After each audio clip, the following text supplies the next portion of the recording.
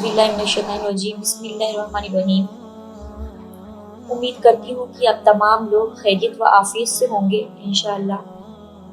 हज़रत खुबाब रज़ियल्लाहु ताला अन्हु का इस्लाम और तकलीफ़ें। हज़रत खुबाब रज़ियल्लाहु ताला अन्हु भी उन्हीं मुबारक हस्तियों में से हैं जिन्होंने इम्तिहान के लिए अपने आप को पेश किया था और अल्लाह के रास्ते में सख्त से सख्त तकलीफ़ें बर्दाश्त की। शुरू में 5-6 आदमियों के बाद मुसलमान हो गए थे, इसलिए बहुत ज़माने तक तकलीफ़ें उठाईं। इन्हें लोहे की ज़रा पहनाकर उनको धूप में डाल दिया जाता, जिससे गर्मी और तपिश की वजह से पसीनों पर पसीने बहते रहते थे।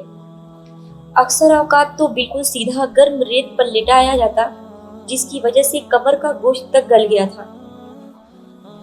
ये एक औरत के गुलाम थे और उसको ये खबर पहुंची कि खुबाब रज़ियल्लाहु ताला अन्हु हुज़ूर सल्लल्लाहु अलैहि वसल्लम से मिलते जुलते हैं, तो उसकी सज़ा में लोहे को गर्म करके उनके सर को उससे दाग देती थी।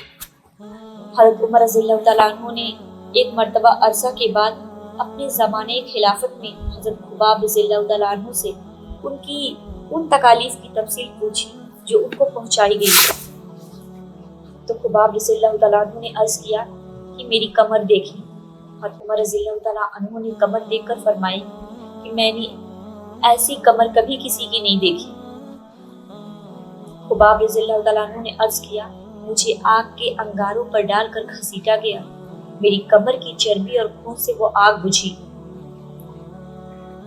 मगर इन हालात के बावजूद जब इस्लाम को तरक्की हुई और फतूहात का दरवाज़ा खुला, उस पर रोया करते थे कि खुदा ने हमारी तकालीफ का बदला कहीं दुनिया में तो नहीं दे दिया।